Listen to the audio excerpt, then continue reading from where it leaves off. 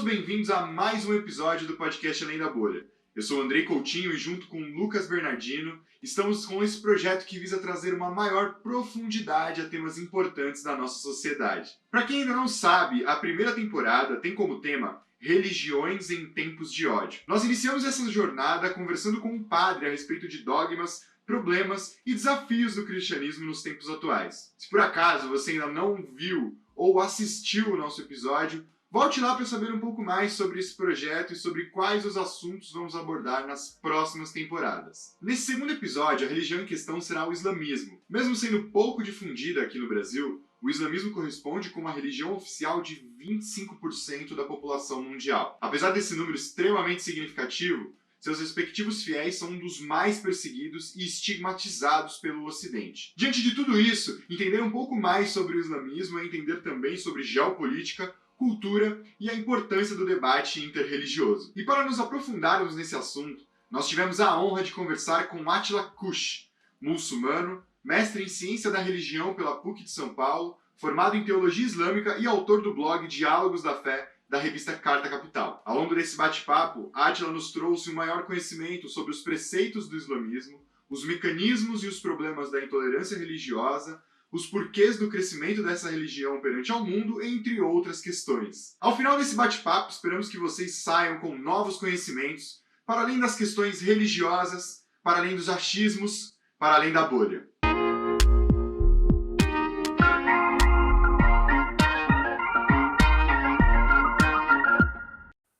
Sejam todos muito bem-vindos.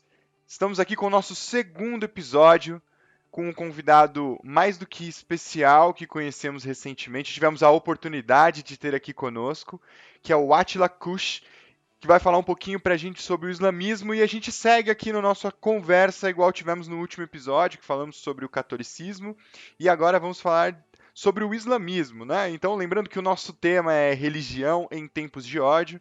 Então, Atila, eu gostaria que já de início pedir para você se apresentar, contar um pouquinho da sua história, falar um pouquinho das suas raízes, vamos dizer assim, né?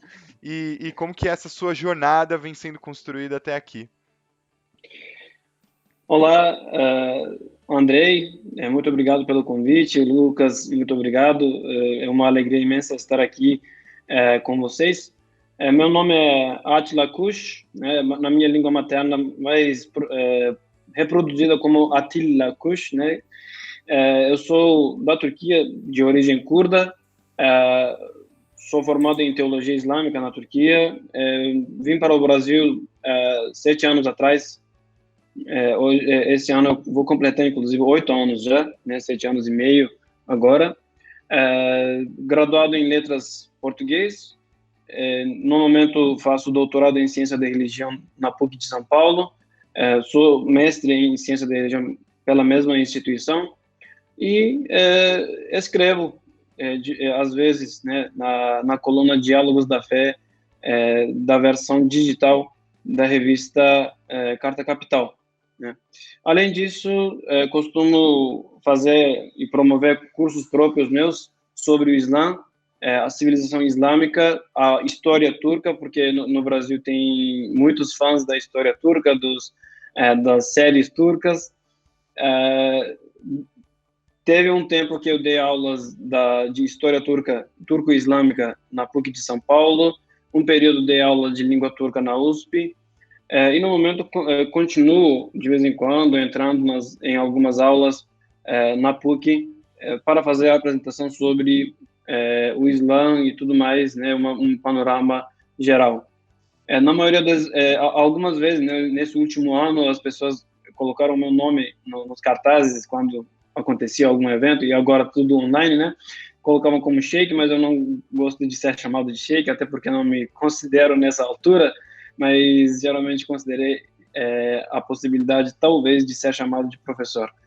E um dos intuitos, um dos motivos meus de promover cursos a respeito do Islã é que a gente tem, em português, uma escassez de conhecimento sobre o Islã. A gente, mesmo que o Portugal tenha tido bastante influência do árabe, né, tinha os mouros lá, os árabes dominaram um território que era a Andaluzia, né, Córdoba, lá na Espanha, por um bom tempo. Em português, a gente tem pouca produção originalmente em português, né, produzida em português, para falar sobre o Islã, para apresentar o Islã de um jeito adequado. E quando eu digo adequado, não necessariamente que seja de uma forma apologética, é que apresente o Islã como ele é, né? Não distorcendo as informações, não fazendo apologia, mas que apresente o Islã do jeito que é. E como um cientista, tanto como cientista da religião, quanto como um muçulmano, uma das maiores preocupações minhas aqui no Brasil, desde a época que eu vim, é tentar levar o conhecimento sobre o Islã, não necessariamente como proselitismo, mas um conhecimento mais objetivo possível, para que as pessoas conheçam realmente o que é o Islã. Sobretudo, até porque o Brasil é um país muito, entre aspas, virgem em relação ao conhecimento sobre o Islã. Não existem nem aquelas aberrações midiáticas que existem, por exemplo, nos Estados Unidos, na Europa, que promovem a islamofobia, embora aqui no Brasil a intolerância contra os muçulmanos esteja crescendo nesses últimos 3, 4 anos, né? Mas não é tanto quanto na Europa é. Então, o meu motivo é, né, de estar na academia, de estar promovendo cursos e escrevendo para lá e para cá, né, estar com amigos como vocês, é levar o conhecimento realmente o mais objetivo possível para as pessoas. Excelente. A gente estava conversando aqui, até para quem está ouvindo, e eu disse que na nossa pesquisa antes dessa conversa, de fato eu encontrei pelo menos pouca coisa com esse olhar que o Átila pode trazer aqui pra gente, né? Muito mais uma parte histórica, né? Tem até alguns canais que falam principalmente preparação para o Enem ou para algumas coisas que aí tem um lado mais histórico da coisa, mas esse lado da religião, de fato, o que ela é, né? É algo que não tem muita coisa produzida. Então, tem uma boa oportunidade aqui para a gente hoje. E aí eu começo, então, com já uma primeira pergunta, um pouco nesse sentido, assim, o que prega a sua religião, né? E quais são as suas principais características? Como que você poderia dar esse resumo para uma pessoa que chegou aqui agora para ouvir a gente e não conhece nada sobre o islamismo, vamos dizer assim? Bom, principalmente eu posso dizer que o Islã é não muito diferente do que o cristianismo, né? Não, o cristianismo que Jesus de Nazaré, né, apresentou, não é muito diferente, não tem muita diferença. Os principais eixos que o Islã tem, em primeiro lugar, é a unicidade de Deus, né? Então, Deus é absolutamente único, ele não tem parceiros, não tem amigo, não tem esposa, não tem filho, né? Difere em questões doutrinais do cristianismo, não tem trindade no Islã. O Islã é a unicidade de Deus é absoluta, mas além disso, o conceito de justiça é o segundo conceito que o Islã, o Alcorão, o livro sagrado do Islã, mais aborda, principalmente, né? A justiça social, a justiça em todos os sentidos, o dia do juízo final, né? E aí tem a ver de novo com a justiça, porque se você quer ter misericórdia de Deus, você tem que ser misericordioso, tem que ser justo com os outros também. E principalmente também tendo a ver com as origens etimológicas da palavra Islam em árabe. O Islã prega, na minha ideia, a paz, né? Aqui eu não falo como um cientista da religião, claro, eu falo como um muçulmano típico, um teólogo muçulmano que, né, investiu anos nesse conhecimento, nessas esforços intelectuais. O Islã, na verdade, na minha ideia, prega a paz, a convivência, a harmonia entre os seres humanos, né? E isso não só no campo religioso. O Islã é uma religião, e nesse sentido o conceito de religião, tanto semanticamente quanto etimologicamente, fica insuficiente. O Islã é uma religião que se estende a todos os aspectos, a todas as dimensões da vida humana. Se você for ver, tem uma economia islâmica própria, né, com um sistema que, por exemplo, evita qualquer tipo de exploração do ser humano. seja no sentido de escravidão e tudo mais, e também no sentido de, por exemplo, nos bancos não ter juros. Você não pode aplicar juros se você é um muçulmano, né? Porque você não pode ganhar dinheiro em cima do dinheiro.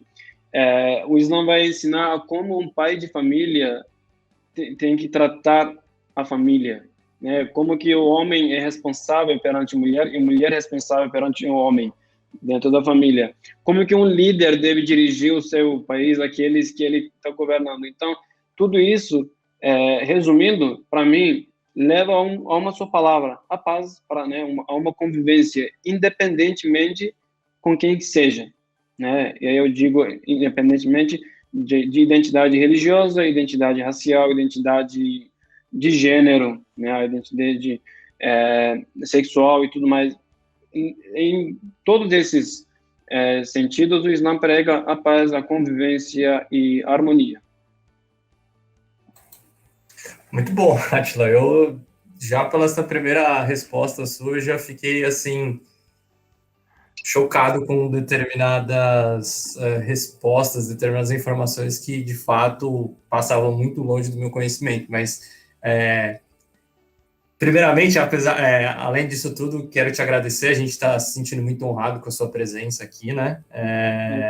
Ficamos muito felizes por saber que temos um ótimo entrevistando aqui com conhecimento muito, muito aprofundado sobre um assunto que é importante, que é um dos temas dessa nossa primeira dessa nossa primeira temporada, que é sobre religião, né? E assim como a gente... Que bom. E dentro dessa situação, né, acredito que as pessoas que estão nos ouvindo também não têm tanto conhecimento sobre o Islã. Então, a gente está, nesse primeiro momento, a gente está fazendo determinadas perguntas para dar essa profundidade e as coisas um pouco mais básicas, né? Então, por exemplo, a pergunta que eu faço agora, se é possível que seja possível de uma forma resumida, o que é o Alcorão, né? E se, na verdade, é uma maneira certa de falar se é Alcorão ou Corão, que sempre a gente acaba ficando na dúvida. Isso tem a ver muito, na verdade, com as origens etimológicas. Falando, eu vou responder as suas perguntas de modo inverso, né? Okay. Se é certo falar Alcorão ou Corão. Muitos exegetas do Alcorão, eles mesmos discutem se realmente existe uma raiz etimológica para essa palavra, e muitos vão dizer que essa palavra deriva do verbo qara'a, em árabe, que significa ler, recitar, né? Inclusive, essa é a primeira ordem, né? A primeira revelação que o profeta Muhammad recebe em 610. O primeiro versículo do Alcorão que foi revelado ordena a ler, a estudar, a recitar, a refletir, né? Na minha própria interpretação, né? A minha própria exegese nesse sentido é que o Alcorão direciona o ser humano, ordena o ser humano, os seus interlocutores, a encontrarem a essência da humanidade, os motivos da existência da humanidade, que para o próprio Alcorão é a crença em Deus único, né, conhecimento sobre Deus, crença nele e adoração a ele, né, através do estudo. E aí, quando eu digo estudo, esse estudo em todos os sentidos, até porque os muçulmanos, durante séculos, investiram bastante na matemática, na geometria, na medicina. O Avicena ainda é um legado no campo da medicina, né, porque ele recuperou bastante coisas dos ensinamentos da medicina antiga. Então, o Alcorão vem dessa raiz, para alguns estudiosos, claro, não para todos, de recitar, de ler, né, e significa o livro lido, né. E partindo do princípio de que em português uma palavra, para ser bem definida, né, você não vai falar, existe uma diferença você falar menino, isso pode ser qualquer menino, e o menino, né? E aí você já sinaliza que existe um determinado menino, você está se referindo a alguém. Então, a mesma coisa em árabe é você colocar o prefixo de al e não colocar. Se você não coloca, você está falando de um objeto alheio. Mas se você coloca, você determina o que é. Então, quando você diz Corão, E se a gente partir do pressuposto de que o Corão significa o livro, tá, qualquer livro. Mas se você fala o Alcorão, aí você diz o seguinte: o Alcorão é a palavra de Deus revelada ao ser humano através do profeta Muhammad. É o último dos livros sagrados que foram enviados para a humanidade. Né? E o último, não é o único. Então, o Alcorão, nesse sentido, é isso. Então, para mim, pessoalmente, a pronúncia, a escrita correta é Alcorão e não Corão somente. E o que é o Alcorão? Para um muçulmano qualquer, um muçulmano alheio que não tenha, que tenha um básico de conhecimento sobre o Islã como eu, vai dizer que o Alcorão é a palavra de Deus revelada ao ser humano através do profeta Muhammad. É o último dos livros, inclusive é o livro que completa a mensagem de 124 mil profetas. É a última parte, o último pedaço que estava faltando. Até porque o profeta Muhammad, ele diz o seguinte: imaginem uma pessoa, um homem, ele construiu uma parede e você vê que ali está faltando um tijolo. Eu e a mensagem que eu trouxe somos esse último tijolo que está faltando. Você vê aquela falta e diz: se essa lacuna estivesse preenchida, seria uma parede muito linda. Então eu sou esse último tijolo que está faltando. Eu e a minha mensagem, ele fala, né? Então o Alcorão é esse último tijolo que estava faltando na construção que Deus colocou na história humana através dos profetas, né? E é o último livro sagrado, como já falei. Muito legal. É interessante essa analogia que você fez a respeito do muro e do tijolo, porque no começo você falou bastante sobre como tem essa cultura de pregar pela paz entre as pessoas, né? E talvez por completar, né, você possa de fato trazer esse complemento para todos os tijolos, vamos dizer assim, né? Então todos os tijolos são importantes dentro dessa parede que você citou aqui pra gente, né? E acrescentar também uma dúvida que me veio agora, por exemplo, o islamismo ele faz outras leituras de outros livros sagrados além do Alcorão? Na realidade, o Islã, partindo de uma perspectiva teológica dos próprios estudiosos do Islã, dos próprios muçulmanos, o Islã não é a religião que surgiu apenas lá no século VII, no início do século VII da Era Comum. O Islã é a religião, como também diz o próprio Alcorão, é a religião natural da humanidade. Inclusive, muitos estudiosos contemporâneos hoje fazem comparações entre os valores mundiais, os valores globais que a gente tem, valores humanos, né, que a gente compartilha e tudo mais, como seres humanos, e os valores que o Islã ensina, e sempre chegam à conclusão: o Islã está na natureza humana. Tudo que o Islã ensina de bem e tudo mais, diferencia entre bem e mal, sempre são as inclinações características do ser humano, né? Então, vamos supor, o básico: eu não quero que as pessoas mintam para mim.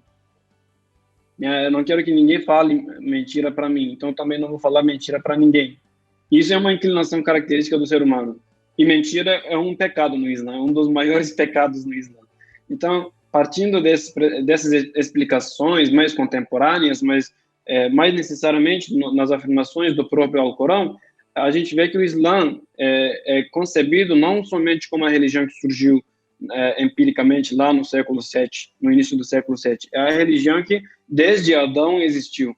Então, por exemplo, exegetas falam o seguinte: todas as religiões, né, ou pelo menos as religiões do livro, na realidade, originalmente eram Islã, porque no início não tinham nome, né? Quando o povo de Israel saiu do Egito, não eram judeus, eles eram hebreus, né? Eles não eram judeus. O nome de judeu vem mais tarde. O judaísmo, o conceito de judaísmo surge mais tarde.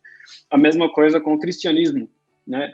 Os apóstolos não eram cristãos, muito menos Jesus alegou que ele estava fundando o cristianismo. O nome cristão surge décadas depois, né, ou um tempo depois da ascensão de Jesus, e para o Islã, coloco aqui um detalhezinho: para o Islã, Jesus não morreu, ele foi assunto aos seus, né? Quem estava lá no crucifixo foi a pessoa que traiu ele, né? Então, os apóstolos de Jesus, os discípulos de Jesus, eles foram chamados de cristãos lá em Antioquia, que é uma cidade da Turquia, no sul da Turquia, na fronteira com a Síria. Eles foram chamados de cristãos lá, referindo ao nome de Christus, que em grego antigo significava o Messias, né? Então, partindo desses pressupostos, os exegetas vão dizer o Islã é a religião que todos os profetas, né, ensinaram e comunicaram ao ser humano, só que esta religião, dependendo dos conceitos de sua época e tudo mais, tiveram nomeações diferentes. Então aí veio o judaísmo, veio o cristianismo e talvez o hinduísmo, o budismo, né? Não sabemos. E o Islã, o nome que chega hoje veio porque o Alcorão foi o único livro preservado, né? O único livro que foi preservado em sua forma original. Porque a história islâmica aborda que o Alcorão sempre foi transcrito logo após a recepção da revelação. Então, por isso, não se perdeu a mensagem original que estava ali. Diferente dos outros livros que, por exemplo, como é a crença de que tanto o Evangelho quanto o Antigo Testamento, eles foram transcritos, né? O Antigo Testamento é transcrito 300 anos depois. Até 300 anos lá, né, ele é transmitido de boca em boca. Então, o que acontece, também como é o pressuposto para os muçulmanos, é que houve alterações na mensagem original no que Moisés tinha transmitido aos hebreus. A mesma coisa é pressuposto para o caso do Evangelho.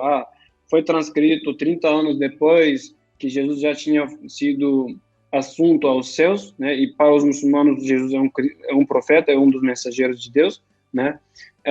Então, o que aconteceu? Houve certas alterações nessa mensagem. Então, por isso dizem que o Alcorão é o único livro preservado entre os livros sagrados que foram enviados para a humanidade, né? E eu vejo, e já li na realidade, algumas breves exegeses do Alcorão que fazem referência ao Antigo e Novo Testamento, por exemplo, né? Não necessariamente pegam aquilo como se fosse um preceito realmente verdadeiro, mas diz que, olha, esse versículo que aqui passa no Alcorão é transmitido na Torá de tal maneira, em tal livro, em tal versículo. Então, o autor que eu li, pelo menos, faz referências dessa maneira, né? Então, não necessariamente que tenha uma leitura diferente, mas existe a crença na mensagem original que estava nesses livros sagrados. Legal. Entendi. Eu vou aproveitar que a gente falou sobre o cristianismo, né? Aqui nessa última parte da pergunta, e a gente sabe que no cristianismo tem diversas vertentes, né, dentro do próprio cristianismo. A gente até falou um pouquinho sobre isso no episódio anterior. E aí a gente queria entender se há vertentes diferentes no islamismo, e se sim, né, se a gente pode considerar que xiitas e sunitas podem ser considerados aí algumas dessas vertentes, e se a gente tem outras dentro do islamismo.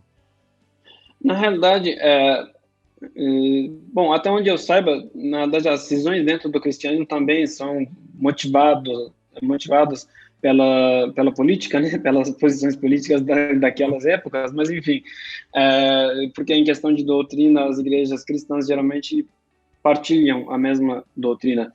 A mesma coisa acontece no Islã, que a diferenciação entre os xiitas e sunitas, e na época do profeta Muhammad não existia nem sunita, nem xiita, isso é uma coisa mais posterior.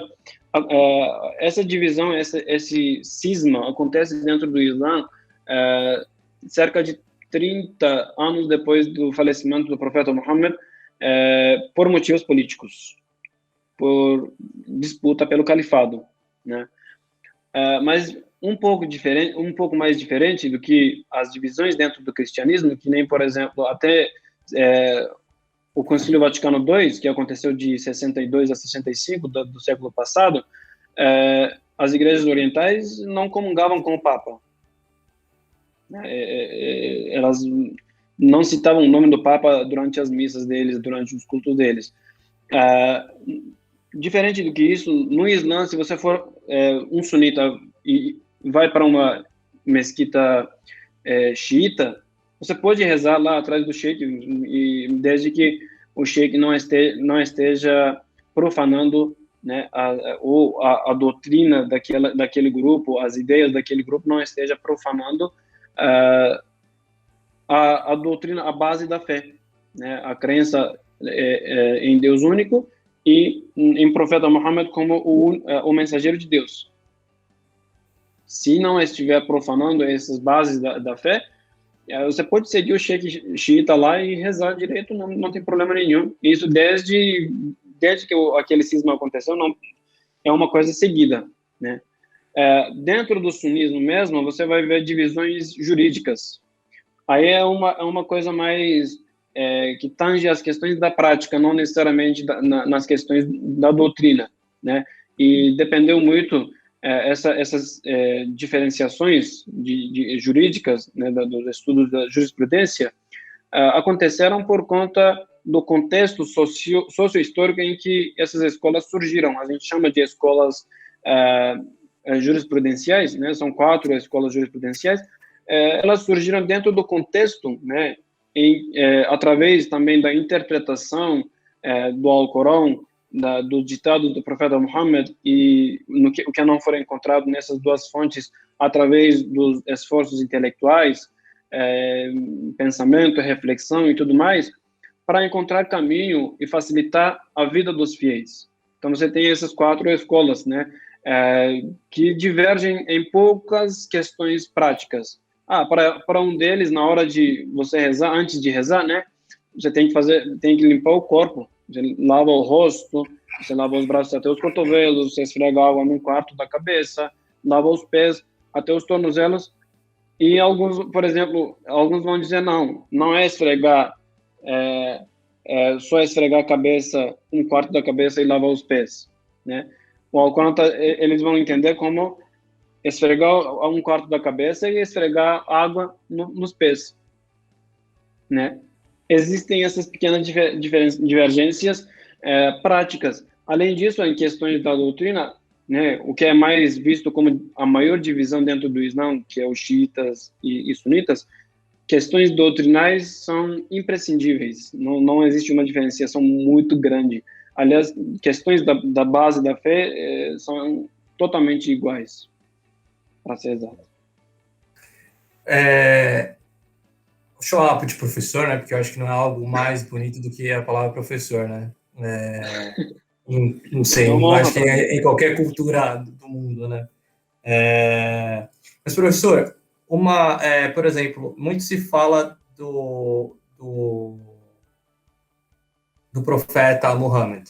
Ele é mais um dos profetas, ou ele é, por exemplo, o profeta do islamismo, assim como Jesus é o profeta do cristianismo?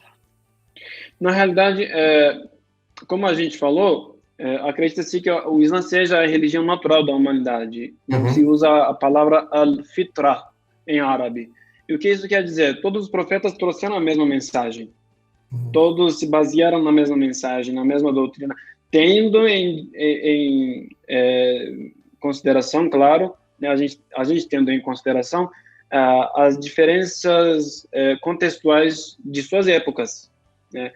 São mensageiros de Deus, são profetas de Deus, enviados por Deus. Eles têm a base da doutrina, muitas coisas são imprescindíveis, mas eles são filhos de seu tempo também. Então, por exemplo, numa época em que vem um profeta e traz certas determinações da religião, o outro vem e não pratica mais. Que nem, por exemplo, na lei que Moisés traz, a punição do adultério é apedrejamento, certo? Jesus revoga isso, né? Jesus não pratica isso. Então, e para nós, no Islã, isso é uma consequência que Deus mandou seus profetas, né? Numa consequência que a evolução humana também acompanhou, né? Aliás, a mensagem de Deus acompanhou e contribuiu bastante na evolução humana. Então, partindo desse pressuposto, partindo dessa ideia, existem relatos de que houve 124 mil profetas enviados para a humanidade. 124 mil. Outro relato diz 224 mil. E todos eles são profetas do Islã.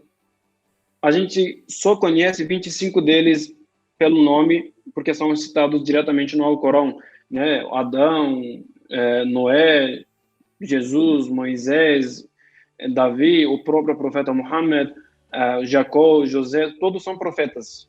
São mencionados no Alcorão. São 25 personagens mencionados no Alcorão. Agora, existem o resto que não foi mencionado. Se soubéssemos os nomes, a gente ia mencionar, né, os muçulmanos mencionariam eles também como os profetas legítimos de Deus, né? E teriam que acreditar neles. Não existe, por exemplo, um muçulmano dizer que Jesus não é um profeta. No momento que ele dizer isso, ele perde a sua própria fé.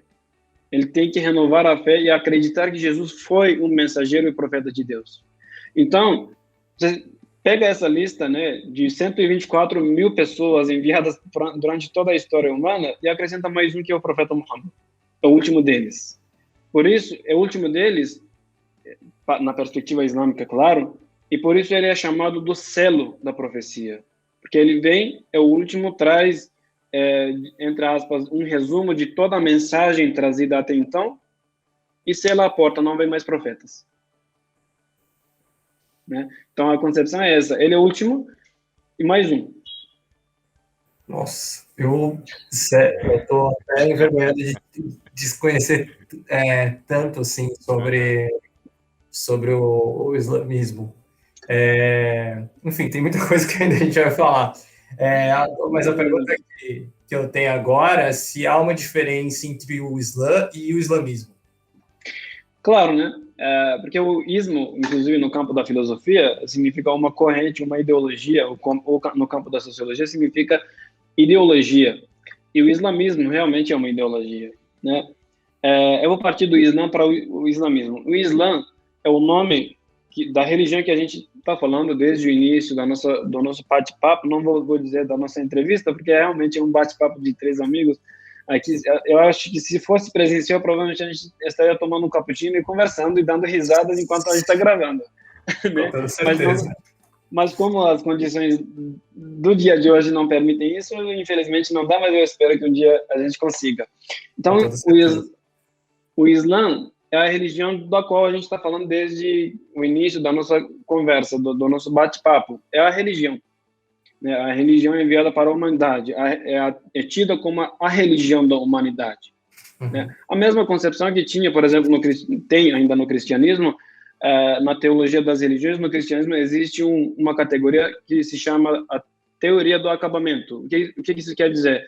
Todas as religiões existem, né, para que um dia todas levem os seus seculares para o cristianismo, para que todo mundo um dia se converta no cristianismo. A mesma coisa no Islã, não é necessariamente igual, mas existe a crença de que o Islã, né, e essa perspectiva no cristianismo, ou pelo menos na teologia católica, é porque acredita-se que é o mistério de Deus, não necessariamente, não somente o mistério, mas o mistério de Deus. Né? A mesma coisa vale para o Islã e para todas as religiões que têm essa visão soteriológica de que eu sou a única verdadeira. E o Islã também tem essa ideia, e para os muçulmanos sempre será assim, que o Islã é a única e a verdadeira religião enviada para a humanidade. Todo mundo um dia ou será muçulmano, ou no dia do juízo final, por ter negado ou não, vai conhecer essa verdade. Né? Agora, o islamismo é uma corrente ideológica, inclusive inicialmente uma corrente reformista, fundamentalista e reformista. Peraí, mas Átila, isso é uma controvérsia. Como assim reformista e fundamentalista? Né? A gente vê lá no final do século XIX, início do século XX, vários movimentos, e entre esses movimentos, o movimento fundamentalista que surge nos Estados Unidos, entre as igrejas batistas e metodistas, sob o título dos panfletos que são distribuídos com o título The Fundamentals. Né? E no mundo islâmico, a gente vê uma leva de intelectuais que querem uma reforma dentro do Islã, voltando para as raízes. A mesma coisa que o Martin Luther tinha feito, sola escritura, somente a escritura. Então, a ideia desses intelectuais que queriam fazer uma reforma era que a gente voltasse para as raízes do Islã, ou seja, para o Alcorão e a prática do profeta Muhammad, que é uma certa exegese do Alcorão, né? E a partir daí tentar curar as doenças do mundo islâmico, né? E muitos deles vão mencionar isso, muitos deles hoje ainda são muito respeitados, eu respeito vários deles, um deles eu considero como meu mestre espiritual, por isso que eu digo, né, por questão de voltar às raízes, aos fundamentos, é um movimento fundamentalista, mas fundamentalista que visa uma reforma. Aí esse movimento lá na Turquia foi chamado de islamismo. Mais tarde, o professor Peter Dement, ele aborda a evolução do movimento fundamentalista no mundo islâmico, e a partir do momento em que aí a gente vê já como a forte influência do colonialismo também, a gente vê movimentos fundamentalistas que se tornam em movimentos políticos. Tem a mesma ideia de fazer uma reforma baseado apenas no livro e na tradição profética, né? E a partir daí levar o Islã para toda a sociedade em que os muçulmanos viviam, né? Reformar os próprios muçulmanos, não estou falando nem de proselitismo, de levar o Islã para os outros, reformar os próprios muçulmanos. Aí os primeiros movimentos, por exemplo, a gente vai ver a Irmandade Muçulmana lá no Egito, começando com Hassan al-Banna lá na década de 30 e tudo mais. No Irã, vai ser um pouco mais forte lá no final da década de 70, né? A gente vai ver a Revolução Iraniana com Ayatollah Khomeini. Então, o islamismo é o nome que é dado lá ao movimento que começou lá nos finais do século XIX como um movimento extremamente pacífico, que começou com a ideia de, voltando aos fundamentos, fazer uma reforma dentro do Islã, né? Claro, existiam extremistas dentro deles, como, por exemplo, o fundador dos Wahhabitas, que ele condena até a exegese, a jurisprudência, e ele diz que são invenções que não devem ser feitas, por exemplo, né? Mas, claro, a maioria deles tinha uma ideia mais reformista, branda, né? E, no decorrer do tempo, o islamismo vai se tornar um movimento político e vai ter os seus braços um pouquinho mais, as suas vertentes um pouquinho mais extremistas, ou pelo menos radicais. Extremistas e radicais são um pouco diferentes, né? E vai ter aqueles que são realmente ainda brandos, seguem uma linha política, né? E aí isso vai depender da concepção do contexto social e cultural em que se segue essa ideologia. Então, a diferença entre o Islã e o islamismo é isso. E, Átila... Não sei se foi muito confuso, mas... Não, mas me fez pensar sobre uma questão que até te faço essa pergunta agora. Ou seja, fundamentalismo não é sinônimo de extremismo? Não necessariamente, né? Eu vou colar um pouquinho, se vocês me permitirem, porque o livro está bem aqui do meu lado. Recentemente, esse livro foi publicado recentemente, foi lançado no final do ano passado, e é um dicionário que trata das questões sobre o pluralismo religioso, e tem uma verbete que trata, né, o dicionário do pluralismo religioso. É um livro excelente, organizado pelos excelentes professores Cláudio de Oliveira Ribeiro, Gil Blas Aragão e Roberley Panassiewicz. Esse último nome é um pouco difícil, né? E nessa verbete sobre o fundamentalismo se trata da questão da polissemia. Polissemia. Fundamentalismo, no seu início, não era necessariamente um movimento extremista.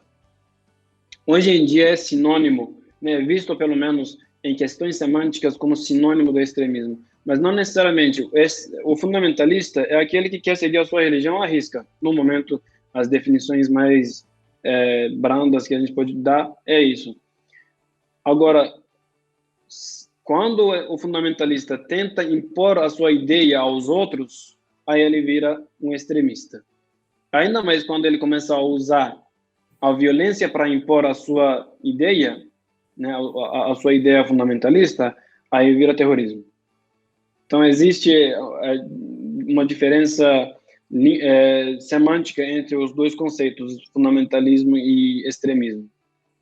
Que foi essa volta à raiz que você falou no começo, né? Que essa questão do islamismo e o fundamentalismo foi com o intuito de seguir aquela raiz que se tinha, e aí depois acaba tendo essas outras interpretações, vamos dizer assim, de pessoas que querem impor aquilo que elas pensam em cima do pensamento alheio. É um pensamento mais, né, quando no decorrer do tempo, que se transforma mais em um pensamento político, e a política, uma das características da política da nossa atualidade é o quê? Impor as suas ideias. Né? Não que todos façam isso, mas existe uma tendência, pelo menos dos leigos da política.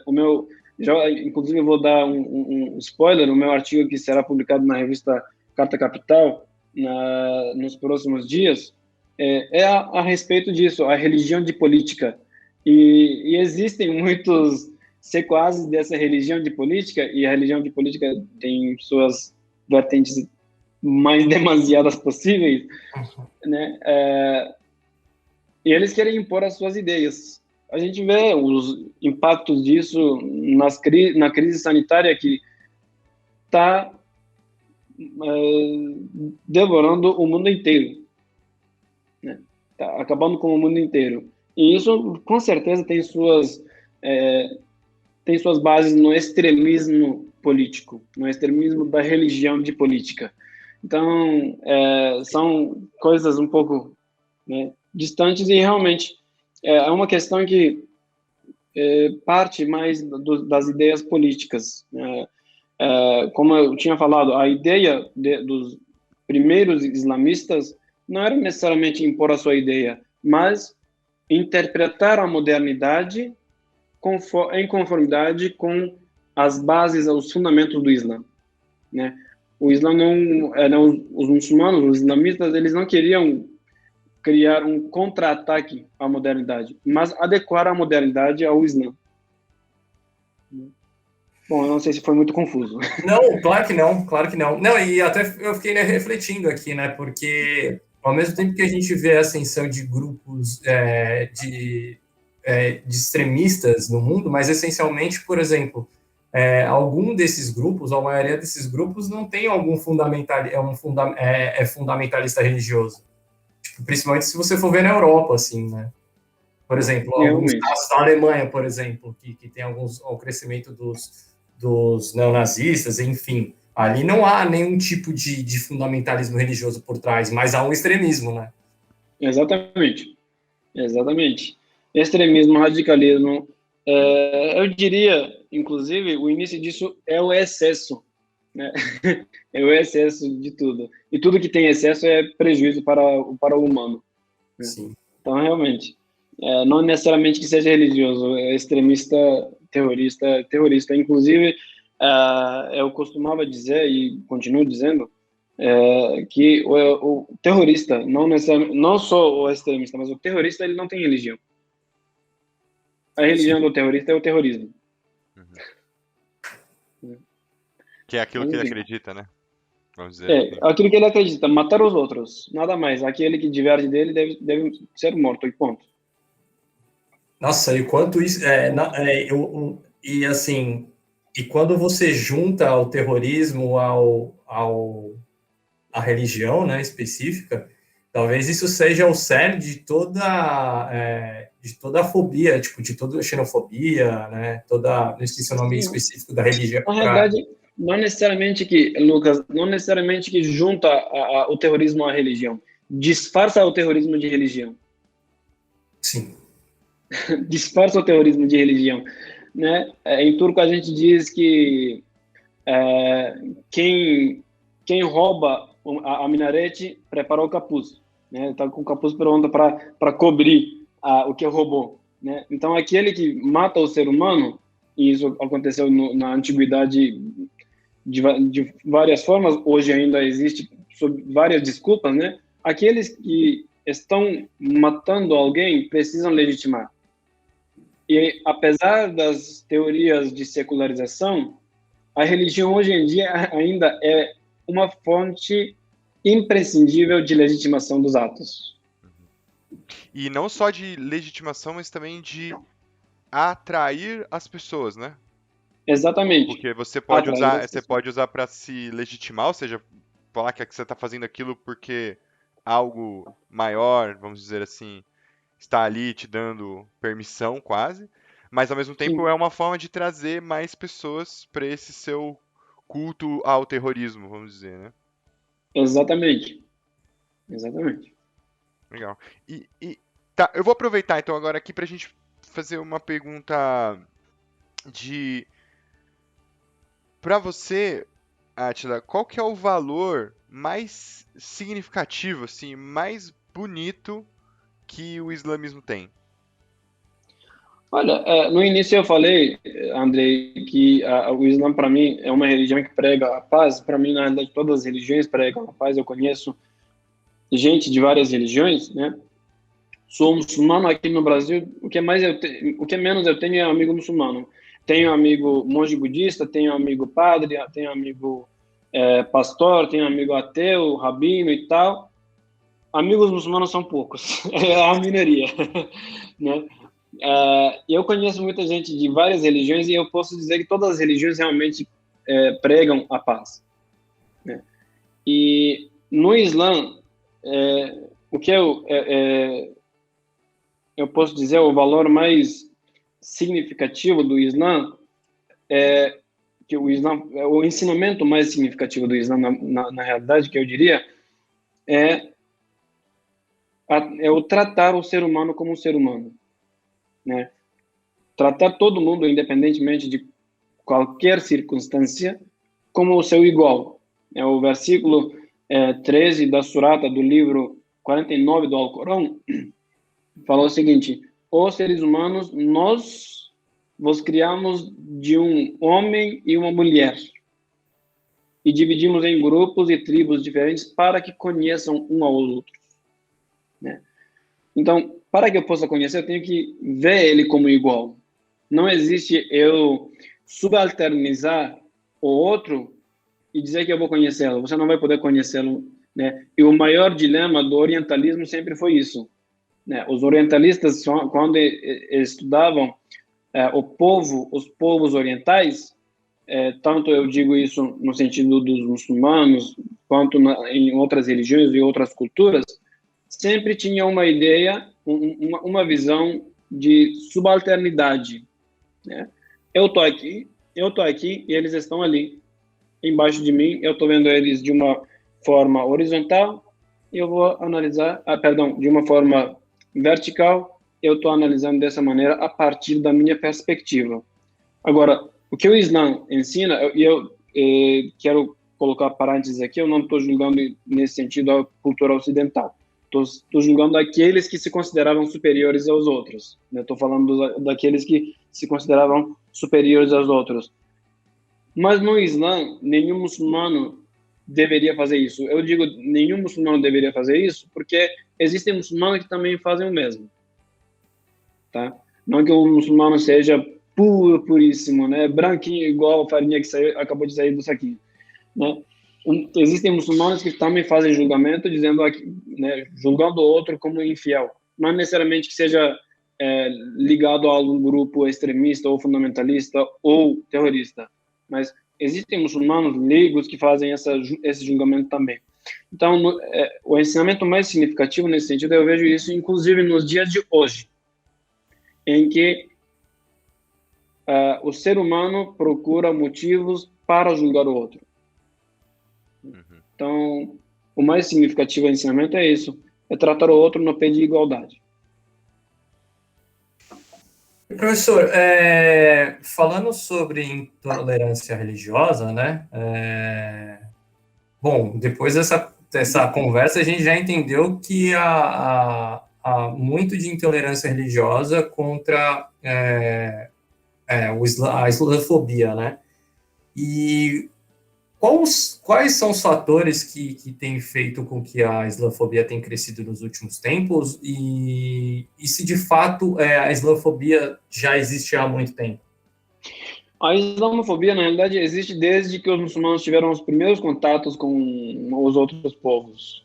E sempre as circunstâncias foram, se não foram sempre, mas muitas vezes as circunstâncias foram turbulentas. Existe, claro, o fato de que, por exemplo, os comerciantes muçulmanos viajavam pelos territórios e as pessoas conheciam o Islã através da ética que eles apresentavam e tudo mais, de não enganar, de não dar golpe nas pessoas, de ser justo no comércio e tudo mais. Mas existem momentos em que, infelizmente, em nome da religião, aconteciam guerras também, né? E existem nas fontes bizantinas, né, a indicação de que, por exemplo, o Islã fosse uma vertente, né, uma seita desviada do cristianismo. Então, juntando tudo isso, por exemplo, no Ocidente, que era cristão, né, até o período da modernidade, trazer essa pluralidade religiosa, né, era majoritariamente cristão, a gente vê o crescimento também, a ideia de que o Islã fosse uma religião falsa, uma religião totalmente inválida, né? A mesma coisa valia para as outras, né, do ponto de vista de outras religiões, para os outros também, né? Os muçulmanos também tinham ideias exclusivistas de que as outras religiões não serviam para nada. Então, a islamofobia, ou como se usou recentemente, né, cristofobia, que no Brasil realmente não sei se existe, mas enfim. É muito problemático isso, né? Depois eu fiquei pensando, eu falei, porque a gente sabe que existe a islamofobia, né? Mas assim, para a gente cair na vala também da cristofobia, né, pode ser que isso aconteça. Né? Não, é claro que existe. Eu não posso dizer, não existe. Existe, mas não no Brasil. Não no Brasil, que tem quase 90% da população cristã, né? Então, mas em outros países, eu acompanho, eu sou pesquisador no campo de diálogo interreligioso, e eu sempre gosto de pesquisar a antítese da minha pesquisa. Então, se eu estou pesquisando sobre o diálogo interreligioso, eu vou estudar as teses contrárias ao diálogo interreligioso também, tanto na minha religião quanto nas outras, as circunstâncias contrárias a isso. Então, a gente vê, por exemplo, perseguição contra os cristãos em alguns países da África, em alguns países da Ásia, a mesma perseguição, às vezes, no mesmo país, contra os muçulmanos, que nem na China, por exemplo. Na China, a palavra de Deus não pode ser falada, a Bíblia não pode ser lida, né? Ao mesmo tempo que, por exemplo, os muçulmanos, que são minorias, são detidos nos campos de concentração, né? Mulheres estupradas, mulheres esterilizadas, para que não haja procriação, que não haja crescimento da população. E a mesma perseguição é contra os cristãos também. Então, não é que não haja cristofobia, existe, mas não necessariamente num país majoritariamente cristão. Então, voltando para a nossa conversa, a islamofobia tem suas raízes na teologia das religiões que existiam no Ocidente, ou nas sociedades que têm islamofobia, né? Então,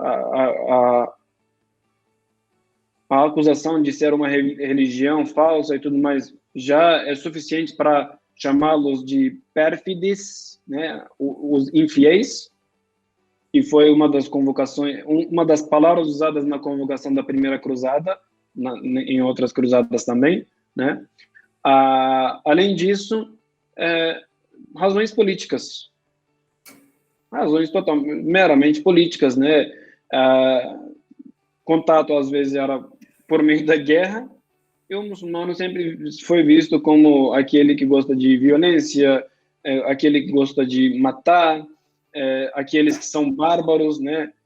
E vice-versa. Os cristãos foram vistos como, né, ou pelo menos os países que estavam tendo o cristianismo como a religião oficial, não necessariamente os cristãos, mas os países, como países bárbaros também, pelos muçulmanos. Eu pesquiso bastante sobre a história otomana e realmente a gente vê constatações a respeito disso, eu não vou aqui omitir os fatos históricos que estão lá nos arquivos, né?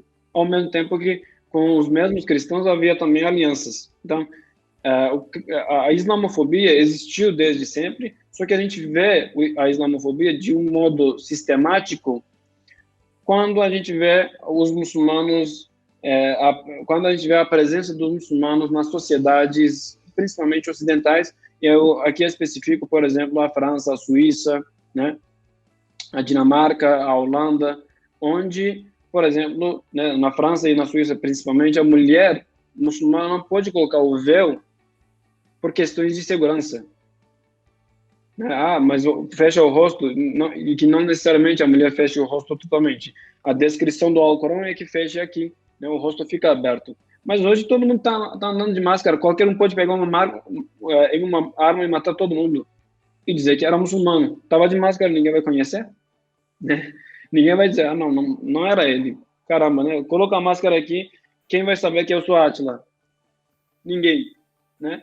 Então, apesar das circunstâncias de hoje, 2 semanas atrás, a Suíça proibiu o uso do véu islâmico.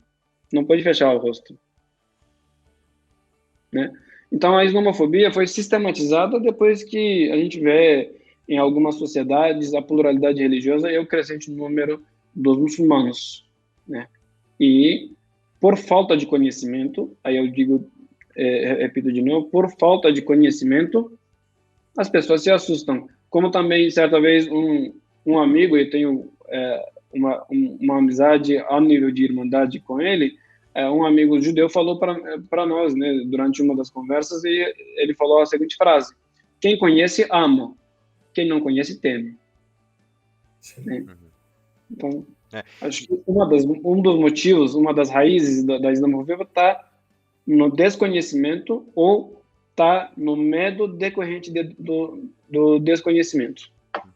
Eu queria até aproveitar para fazer uma outra pergunta, já pensando assim, você acha que o fundamentalismo religioso atrelado a essa questão de extremismo, né, que você falou que são coisas diferentes, você acha que isso contribui para essa intolerância religiosa, não só contra os muçulmanos, mas enfim, entre as religiões de uma maneira geral? Sem sombra de dúvidas. Não existe na realidade, um nutre o outro, né? Inclusive, recentemente, em um congresso, quando me foi perguntado sobre fundamentalismo religioso de novo, né, eu falei o seguinte: pelo menos em vertentes teológicas, o progressismo teológico nutre o fundamentalismo religioso, enquanto o fundamentalismo religioso nutre o progressismo religioso, o teológico. A mesma coisa a gente pode dizer no quesito da islamofobia. A islamofobia nutre o fundamentalismo religioso, porque aquele que é excluído quer encontrar um chão para se abastecer, para significar alguma coisa. Porque está lá na essência do ser humano, que é o desejo de significar algo. Né? Então, ele quer significar alguma coisa. Então, se ele é excluído da sociedade, ele vai encontrar outras dimensões da vida, outros aspectos, outros setores da vida em que ele vai ter um significado. E aí é daí que os extremistas conseguem puxar as pessoas. Você foi excluído por ser muçulmano, a nossa religião está sendo maltratada, nós muçulmanos estamos sendo maltratados, sempre julgados. Bem, a gente vai dar uma lição para eles. É o suficiente, principalmente para um recém-convertido, viu? Principalmente para um recém-convertido que é excluído até da família. Aí, o que acontece? Ele vai encontrar um sentido lá, se veste de bomba e vai explodir um monte de gente que não tem nada a ver com aquilo que aconteceu. O nosso senso de comunidade fala até mais alto, né? Assim, você precisa pertencer a algo, né? Estar com Exatamente. pessoas. Porque o ser humano não nasceu, não existe para viver só. Ele existe para viver em. Então, se ele não consegue viver em, é relegado a só, ele vai encontrar outro em para viver, para se direcionar, e nem sempre esse outro é um bom caminho. Então, a islamofobia nutre o fundamentalismo nutre né, ou extremismo nutre a islamofobia e islamofobia vice-versa. Chocado com essas informações. Não, e faz todo sentido, tipo, encaixa assim, perfeitamente uma coisa na outra. Principalmente essa última resposta, assim, eu falei, é isso. Parece que os dois lados se alimentam. Exatamente. Da mesma tragédia, né? Exatamente, porque aquele ali é bárbaro, ele ataca, mata, gosta de violência, e outro diz, você fala isso, você quer ver que eu sou assim mesmo? Aí eu vou e faço. Você me exclui porque acha que eu vou ser realmente um extremista? Então eu vou ser um extremista, porque eu não encontro outro chão para me direcionar, para significar alguma coisa, para conviver. Você não deu outra chance para mim. Ele pratica o extremismo, mata algumas pessoas, é terrorista, e aí, por causa dele, o outro tem medo e continua aliás, se aprofunda na sua islamofobia. A mesma coisa pode se aplicar em todas as outras religiões. Tá? Eu não digo no aspecto e eu acho que religião. até na questão de além das religiões também. Qualquer coisa. Exatamente. Porque todo mundo pode se apropriar de uma narrativa em cima de um fato ocorrido, né? E aí cada um pode puxar para o seu lado da forma que achar melhor. Como eu falei na minha apresentação, eu sou curdo. E, eu acho que na face da Terra não há ninguém que não saiba que os curdos é a maior etnia que não tem o seu próprio país. 50 milhões de um povo que não tem o seu próprio país. Foi negado a eles. Na Turquia, eu sou da Turquia, sou curdo da Turquia, né? Por muito tempo os curdos foram excluídos. Não houve investimento na região onde os curdos viviam, né? Se uma região da Turquia estava bem próspera, a outra região estava morta. Não tinha. O povo ainda se virava com o jeito do antigo, né? E o que acontece? Na hora que alguns começam a questionar e você vê que, por exemplo, a sua língua é excluída da Constituição, você não pode nem praticar os seus costumes culturais, você não pode falar a sua língua nas instituições públicas, você é excluído. O que você faz? Paulo Freire viva. O sonho do oprimido é ser opressor. Sim. Paulo Freire. Então é isso, né? Você aí, né, André? Não, eu dei uma adaptada, né? Foi essa minha última pergunta. Eu meio que dei uma mexida nessa 7. Tá. Eu dei uma adaptada. E, professor, como é que o islamismo vê o debate sobre temas sensíveis da nossa sociedade, como o casamento entre pessoas do mesmo sexo e a emancipação da mulher? Você até falou bastante, né, essa questão do véu, né, que para o Ocidente pode ser considerado é considerado, né, tipo, talvez uma submissão da mulher dentro da sociedade.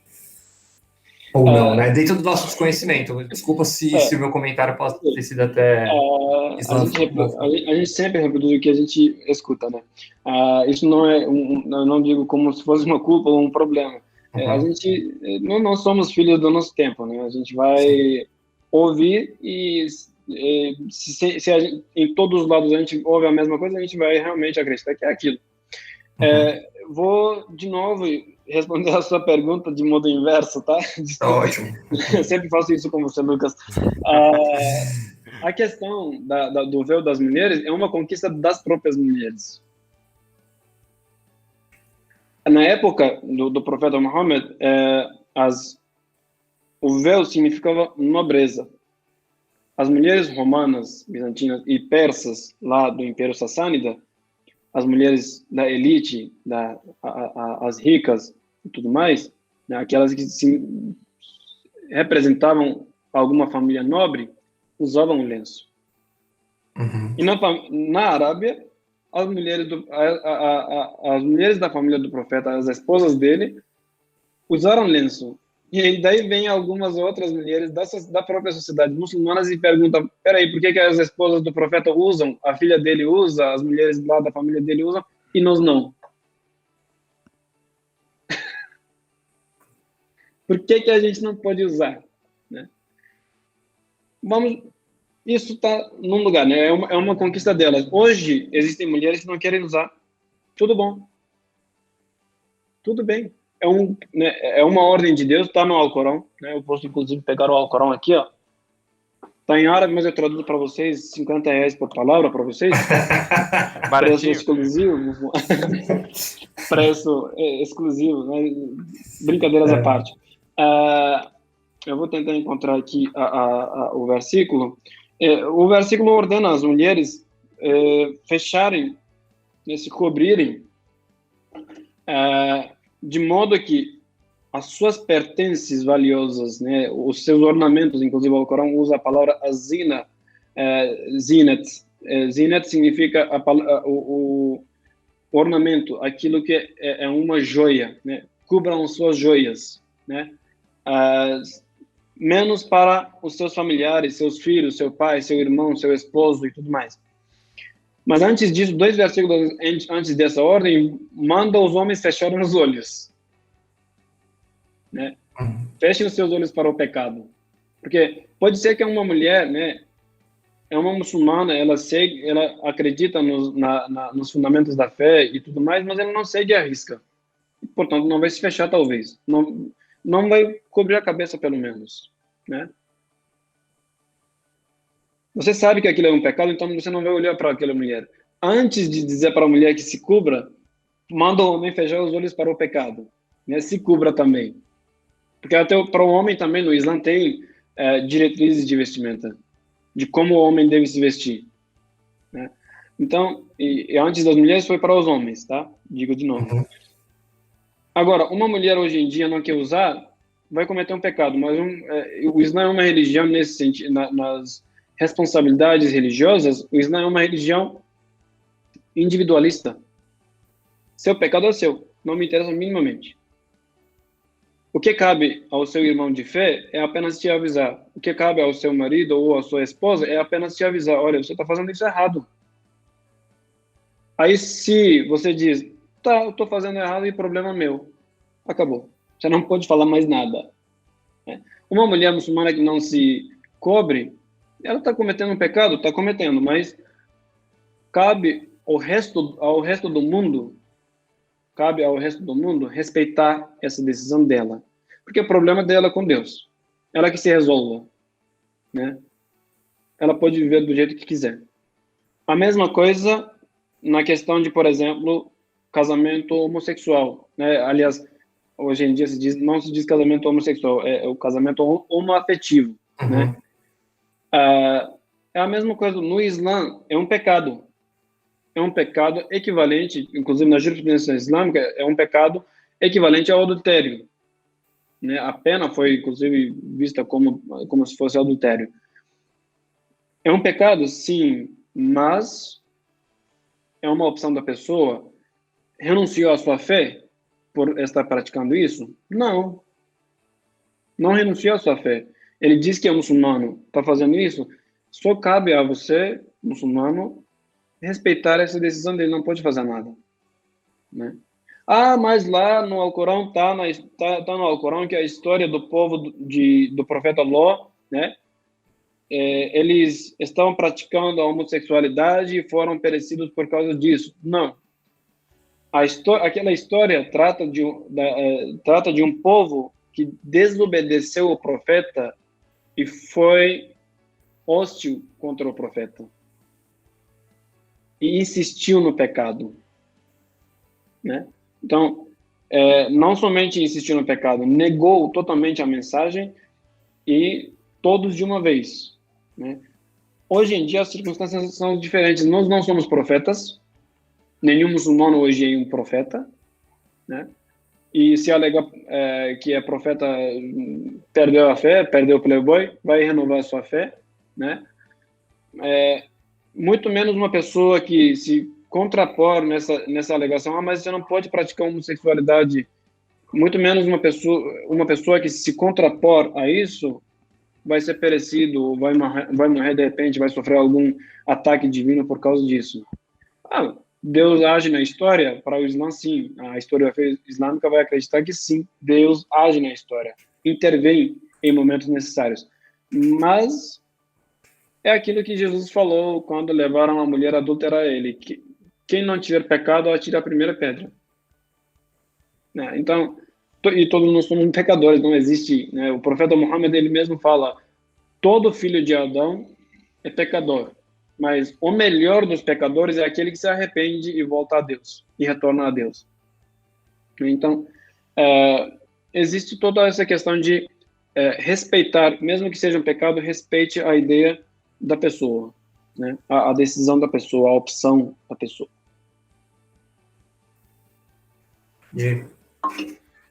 Muito bem explicado. Deixa eu aproveitar e fazer uma pergunta no seguinte contexto. Dentro do islamismo, existem algumas vertentes que são mais progressistas, assim como, por exemplo, a teologia da libertação para os católicos? Na realidade, você não vai ver essa diferenciação entre teologias no Islã. Teologia é uma única, aborda a questão unicamente. Agora, existem estudiosos mais progressistas ou menos progressistas, né? Existem aqueles que dizem que aqui foi falado o que devia ser falado e ponto, você não pode falar mais nada. E existem aqueles que dizem que não, isso deve ser interpretado conforme os dias de hoje para facilitar a vida do fiel, né? Então, não necessariamente que haja, por exemplo, uma teologia de libertação, uma teologia mais progressista e tudo mais, mas pensamentos, né, não necessariamente vertentes, mas ideais ou pessoas com ideais mais abertos ao diálogo ou menos abertos ao diálogo, né? Ou talvez seja da minha ignorância que eu não presenciei até agora, né? Mas, enfim. Interessante. Professor, o quanto dessa intolerância religiosa em relação ao islamismo é potencializado pelo imperialismo, não só americano, mas como de outros lugares do mundo? Olha, isso é uma pergunta muito desafiadora, que eu acho que eu até deveria estudar um pouquinho para poder responder, né? Uhum. Podemos dizer que uma boa parte é movida por causa disso, né? Porque, infelizmente, o terrorismo, além de alimentar, né, o extremismo, além de alimentar a islamofobia, alimenta também outras coisas, vide, por exemplo, o exemplo da intervenção de vários países na Síria, né, a partir de 2015, ou a intervenção americana lá no Iraque, a partir de 2003. Então, o imperialismo, com certeza, né, imperialismo requer sempre uma expansão, e para poder se expandir, sempre precisa de um inimigo, né? Então, se o lugar onde eu quero expandir o meu império capital, existe uma sociedade muçulmana, com certeza eu vou demonizar aquilo e causar uma intolerância religiosa contra eles, né?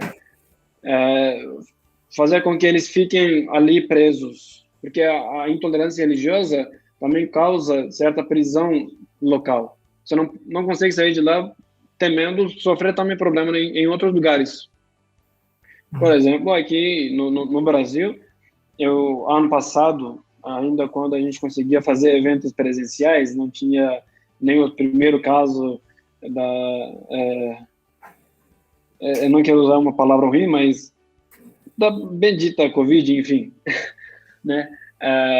Eu fiquei, por exemplo, no caso de um muçulmano que devia estar lá naquele evento como convidado, ia proferir uma palavra, mas que não conseguia nem sair de casa, fazia tempo, porque um dia estava andando na rua, indo para casa ou indo para o trabalho, foi atacado e desde aquele dia não tinha nem coragem de pisar para fora. Gente, Então ou por exemplo, em 2015 a gente teve 2016 a gente teve uma leva muito grande de migrantes sírios vieram para cá, refugiados, e a maioria era muçulmana. A maioria tinha esposa, filha, irmã, com lenço. Aí essa menina, mulher, criança ou moça que estava andando de véu e nunca quis tirar o véu, anda na rua e de repente é atacada por causa disso. E a gente viu os prejuízos disso. A gente já viu os fatos que aconteceram nesse sentido. Aqui no Brasil, em São Paulo. Né? Teve um E bar aí as atacado, pessoas, né? não, aquilo é a parte. Né? É. O ataque à Al-Jamia são coisas à parte. Né? Sim. Claro, nenhuma atrocidade pode ser ou deve ser aprovada de jeito nenhum. Eu repudio novamente, eu repudiei naquela época também. Eu acho que a violência não resolve nada de nada mesmo, pelo contrário, violência gera violência, assim como gentileza gera gentileza, né? Mas eu digo, as meninas sofreram ataques no meio da rua, por exemplo. Mulheres foram... eu não quero puxar a minha conversa para o lado político, mas infelizmente eu acabo tendo que puxar. Por exemplo, na noite da eleição, quando todo mundo estava celebrando uma vitória em 2018, algumas mulheres muçulmanas postaram nas redes sociais que iam tirar o véu. Mas por quê? Aí ela coloca lá na explicação: eu sofri ameaça dos meus vizinhos. Né? Aí você vê tudo isso é vivenciado. Aí as pessoas que vieram para cá relatam isso para os amigos ou parentes que estão lá nos outros países. Com certeza eu não vou vir para esse país.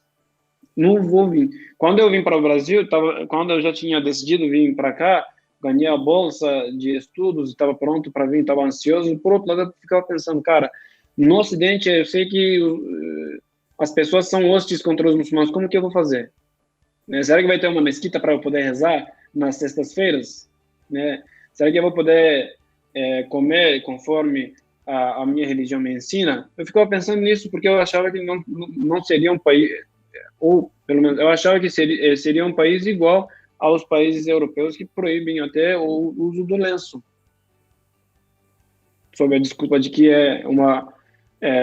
de que é a libertação da mulher. Não sei nem que tipo de libertação é essa. Mas, enfim. Então, você vê tudo isso e esse imperialismo que causa a islamofobia, a intolerância religiosa, acaba prendendo as pessoas nos lugares onde elas estão também e sofrem também atrocidades. E, claro, existem, e eu volto de novo à minha teoria de que o extremismo alimenta a islamofobia e vice-versa, né? Existe sempre no Oriente Médio a ideia de que os ocidentais não querem o desenvolvimento desses países. Sim. Então, o que acontece? É uma intolerância também contra os ocidentais. E isso também leva para o extremismo, tá? Eu mesmo, na minha adolescência, eu seguia à risca algumas ideias políticas de que, oh, meu Deus, o Ocidente odiava o meu país, não queria que fosse desenvolvido. E isso vai crescendo. E alguns vão aproveitando desse ódio. Vão tirar proveito desse ódio. Né?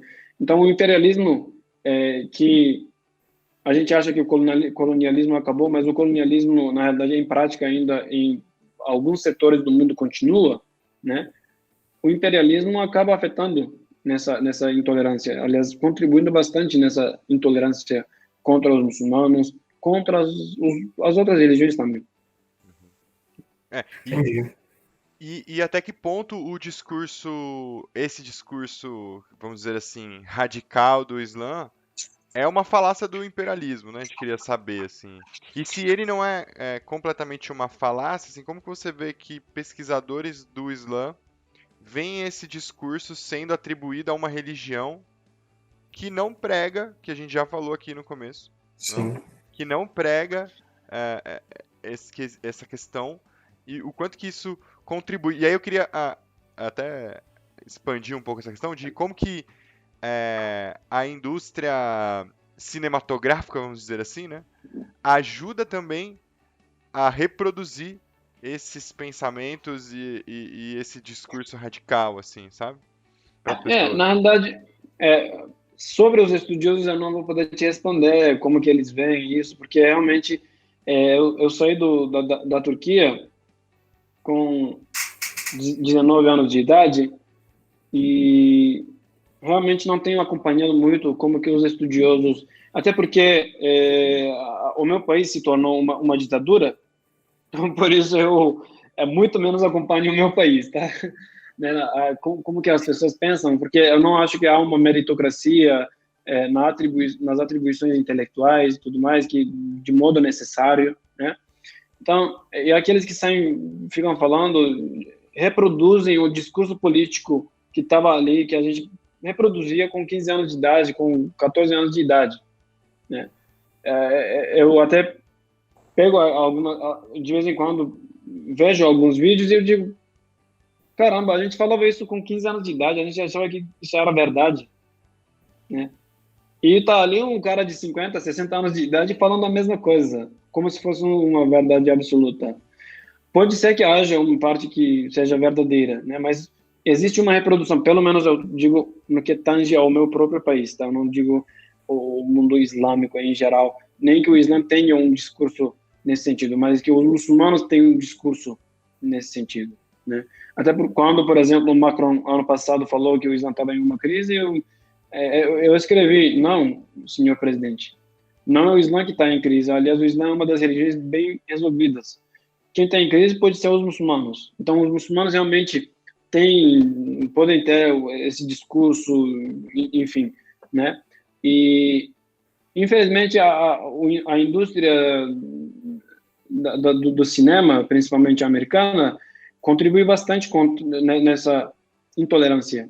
Porque você vê sempre o muçulmano como aquele que é rude, é aquele que é terrorista, aquele que é morto pelo soldado americano, aquele que está com a arma na mão, né? Aquele que fala gritando. Você não vê uma coisa muito diferente, né, na maioria dos filmes que são produzidos pelo Hollywood e tudo mais. Você não vê uma coisa extremamente diferente. Existem, claro, raros exemplos de que o muçulmano é tratado de uma maneira mais branda, né? Mas na maioria você vê, e aí o ser humano, a maioria do ser humano não gosta de pesquisar, estudar e tudo mais. Infelizmente, a maioria do ser humano quer acreditar no que ouve, no que escuta, no que vê. Uhum. Meu cara tá ali na televisão, se não tivesse uma parte verdadeira, não estaria na televisão. Tá ali no filme, estão retratando, a arte reflete o período em que vive. Claro, eu não posso negar isso. Eu não digo que não existem muçulmanos extremistas ou aqueles que eram muçulmanos que hoje praticam terrorismo, né? Eu não digo que isso não existe. Mas sente-se e reflita um pouquinho, né? Os muçulmanos hoje são, como também disse uma vez um amigo meu, cientista da religião também, Gedeon Freire de Alencar, é o cara do pentecostalismo, nas pesquisas sobre o pentecostalismo no Brasil. E ele exatamente numa palestra que a gente estava falando, ele era mediador e falou, imaginem, os muçulmanos são 1,7 bilhão no mundo. Imagine se todos fossem terroristas. Era isso que eu ia falar. Eu ia falar assim, com certeza esse grupo ele é muito menor do que... E aí pequeno do pequeno. É o pequeno do pequeno, e aí, de certa forma, é sempre esse grupo que é retratado, né? Nas obras. Sim. Então, tipo, você tem uma folha em branco, branquíssimo, uma folha branquíssima, e ali está um pontinho preto. Você escolhe toda a branquitude e vai lá, se foca naquele pontinho que está ali. Tem uma camisa bem linda, vestida e tudo mais, tem uma pequena sujeira aqui no cantinho. Às vezes, de camisa suja. O que se retrata no cinema, na mídia, sobre os muçulmanos, na maioria das vezes é isso, né? Por exemplo, no final do ano passado, em novembro, o Egito anunciou que o próprio Estado do Egito, estaria promovendo agora em março, não sei se foi realizado ou não, porque eu não vejo isso na mídia, infelizmente, não dá para ver, na New York Times não dá para ver, muito menos no Washington Post, nem na Reuters, você não vê essas coisas. Eu vi nos sites bem mais afastados, né, mais particulares, que o Egito estava promovendo um evento de diálogo interreligioso, por exemplo. Semana passada eu recebi uma notícia de que o Egito começaria o ensino religioso, o ensino do cristianismo nas escolas públicas. E olha, Egito é um país que tem o Islã como religião oficial. Aí a mídia exclui isso. Isso não tem valor jornalístico. O que tem valor jornalístico é o militante do ISIS cortando alguma cabeça, decapitando alguém. Meu Deus do céu. E pior que a gente vê, né, esse modus operandi em vários outros, né, setores da nossa sociedade, né, tipo, que é a narrativa sempre do mais forte para deslegitimar qualquer tipo de outras situações que talvez não venham de acordo com ele, né. E você falou a questão, por exemplo, sobre essa fala do Macron, né, que o islamismo tem perdido espaço, enfim. Está em crise. Ele falou isso. Está em crise, é isso. E ele falou, vamos criar um Islã francês. Fiquei pensando, cara, vocês são extremamente laicos. É muito absurdo. É difícil uma situação como essa. Eu não sabia do que ele tinha falado do Islã francês. Mas, por exemplo, duas perguntas, na verdade. Quantos por cento da população... Tem esse dado de quantos por cento da população mundial se não me engano, é 22 a 25. Se não me engano, é de 22 a 25% da população mundial é muçulmana. E tende a crescer ainda. Então, e a minha pergunta também é em relação a isso. Hoje ela está num processo que ela está em crescimento, ou, por exemplo, diferente, porque o catolicismo, há muitos estudos que falam que tem perdido muitos fiéis, né? O Islã já... o catolicismo, na realidade, não é só o catolicismo. O sociólogo e professor de ciência da religião na PUC de Minas, professor Pedro Ribeiro, ele fala que todas as religiões, em exceção o Islã, todas as religiões institucionais perdem espaço. A secularização deu um golpe muito grande. Embora a religião não tenha perdido totalmente o espaço, estão perdendo. Por quê? Porque a modernidade trouxe a ideia da religião própria, a religião individual, a religião particular sua. A espiritualidade, né? Exatamente. Se antigamente você nascia na Itália, no Brasil, não vamos para muito longe, no Brasil, antes da República, se você nasce no Brasil, você é católico, acabou. Até por isso, né, o Rubens Alves, ele fala, Rubens Alves, e isso é um relato do amigo dele, que foi meu professor lá na PUC, e ele fala, pega a pele de um protestante, raspa, você vai encontrar um católico lá no fundo. Né? E realmente, o catolicismo existe nas raízes culturais do Brasil e do Ocidente em geral, né? Mas o catolicismo, como uma religião institucional, ou as outras religiões também, estão perdendo espaço para as religiões mais individuais. Então, se antigamente você nascia no Brasil e era católico, acabou, não tem mais papo. Hoje você nasce no Brasil e você que sabe qual religião você vai seguir ou não vai seguir nenhuma. E a tendência hoje, no mundo inteiro, e é uma tendência bastante moderna, é que cada um tenha a sua religião particular, que cria a sua própria biografia, que dê um sentido bem forte, né? Todo mundo quer ser, por exemplo, um Steve Jobs. Mas não dá. Não existe até 8 milhares de Steve Jobs. Mas você vai ter um. Mas a minha religião única que eu tenho vai fazer de mim um Steve Jobs meu particular. Então a tendência é isso. Em exceção, o professor Pedro Ribeiro, ele fala, em exceção o Islã. Porque, de um jeito bem curioso, o Islã tem um número crescente e as expectativas são que, por exemplo, em 2050 ou a partir dali, o Islã seja a maior religião em questões demográficas, a maior religião do mundo. Se hoje o Islã é 1,8, o número de muçulmanos no mundo, 1,8, e o cristianismo em sua totalidade, não estou falando nem de vertentes, em sua totalidade, católico, pentecostal, protestante, ortodoxos e tudo mais, é 2,2 bi. A expectativa é que a partir de 2050, o cristianismo perca o espaço para o Islã em questões demográficas. Então tende a crescer. E a gente pode voltar para a pergunta do imperialismo, que talvez esses ataques essas falácias em relação ao Islã, oriundas do imperialismo, talvez seja uma forma também de tentar parar esse crescimento?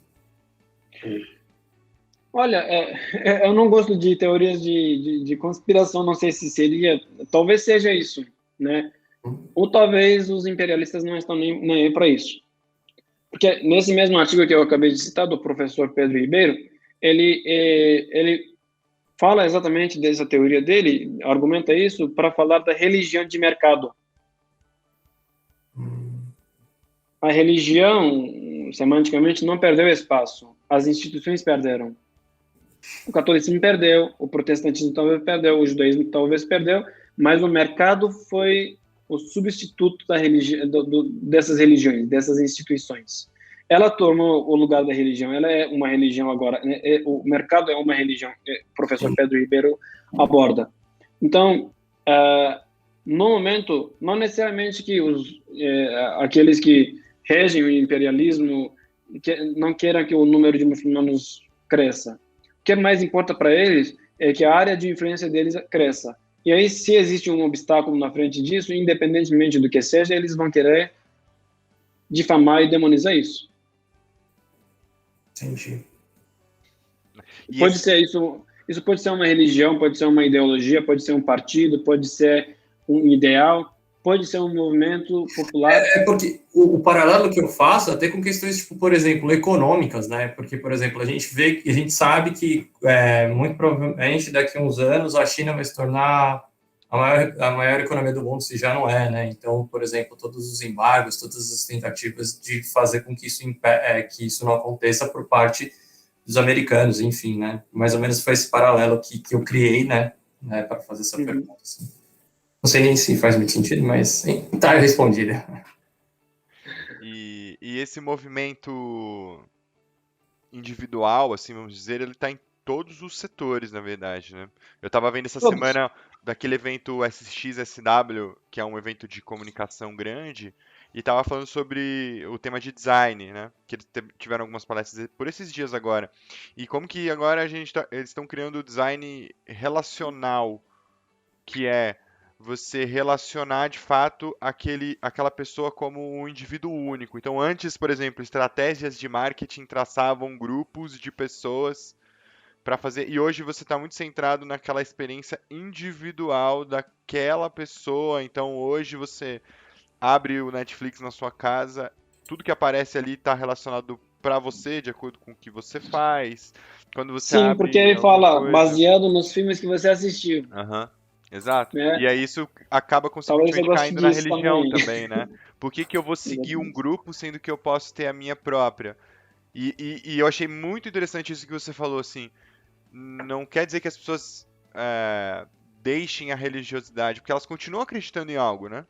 A diferença é que a instituição, perde o espaço. catolicismo ou islamismo, enfim, qualquer uma dessas instituições perdem o espaço. A minha sugestão, eu não sei se seria da minha capacidade de fazer sugestão, a minha sugestão é o livro de Thomas Luckmann, um sociólogo austríaco-americano, que ele trata dessa questão da individuação da religião, né? O título é A Religião Invisível. E ele aborda dessas questões de a particularização, a individuação, ou, em termos mais conhecidos, a secularização. Né? E você vai ver teorias muito grandes. Thomas Luckmann é um cara que diz que a religião não sumiu da sociedade. Ele tomou novos formatos, né? E eu concordo com ele. Baseado também no artigo que eu acabei de citar. A religião tomou outros formatos. O Corinthians também até pode ser um dia citado talvez como uma religião. Palmeiras também talvez, ou um partido simplesmente. Tem. Não vou falar muito do Corinthians aqui, porque senão eu vou acabar. Já sabemos para que time o Lucas torce, de repente. Mas, aproveitando para a gente até dar. O Corinthians está longe de ser religião ainda, tá? Isso... A gente tem um amigo do meu amigo, acho que do padre Hilberson, que ele escreveu um livro chamado Corinthians, uma religião. Olha, eu não... sério? Mas acho que é uma maneira figurada, né? É uma brincadeira. Mas... Acho que é porque a gente vê diferentes instâncias da vida serem defendidas como se fosse a própria religião, né? Você vê que a pessoa defende o time de uma maneira que só na antiguidade a religião seria defendida dessa maneira. Sim. Né? Na Turquia, inclusive, falam assim, quando as pessoas começam a debater o futebol e tudo mais, e começam a contar os 11 primeiros, né, os jogadores que sempre estão lá no campo, falam o nome de todo mundo de cor, e a maioria são estrangeiros e tal, muitos brasileiros jogam na Turquia.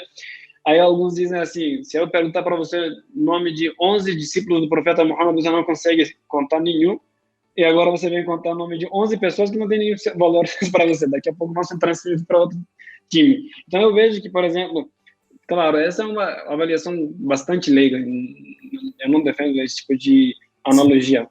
Cara, uma coisa não tem nada a ver com a outra, né? Mas eu vejo, por exemplo, defender o time de futebol de uma maneira que talvez a própria vida somente seria defendida daquele jeito, não sei. Não importa o que o time faça, né? Eu vou dar minha opinião aqui para não passar vergonha.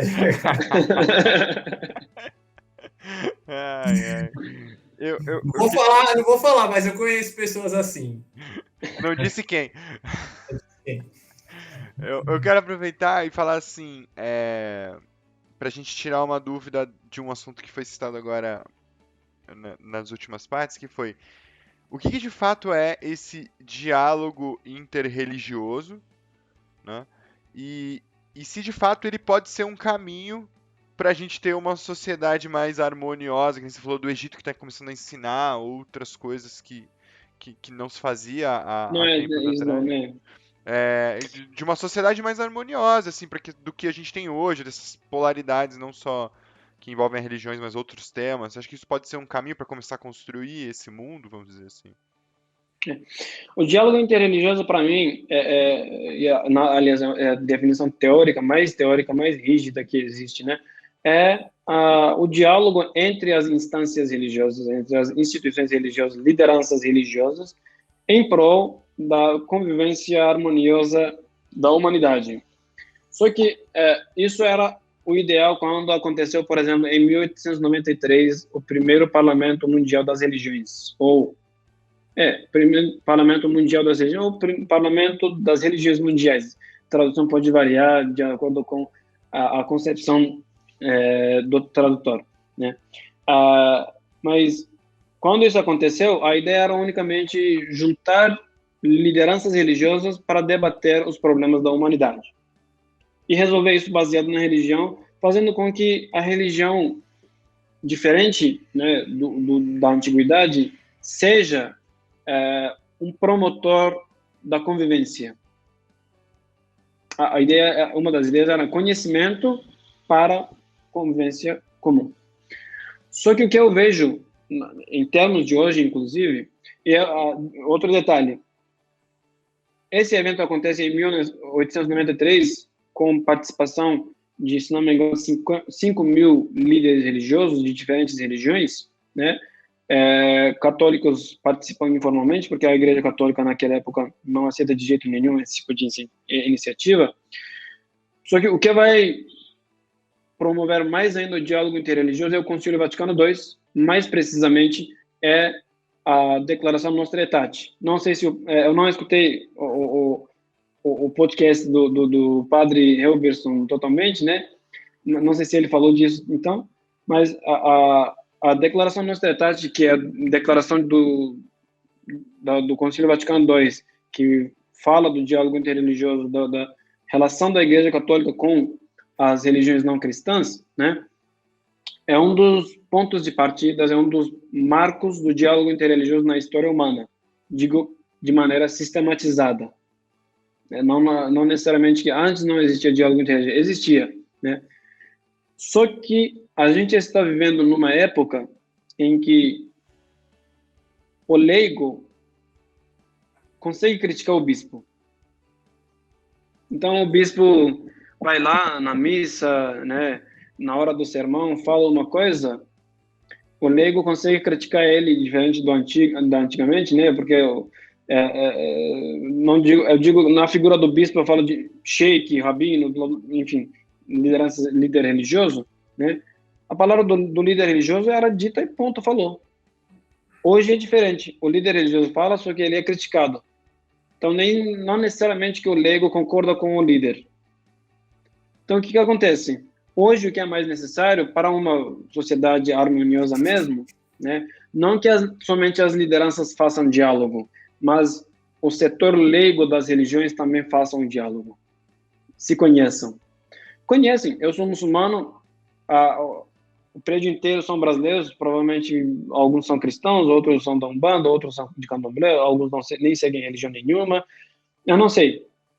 Né? Porque o princípio hoje não é perguntar qual é a sua religião, vizinho. O princípio hoje é se a gente tem um senso comum, alguma coisa em comum para ter um diálogo juntos, né?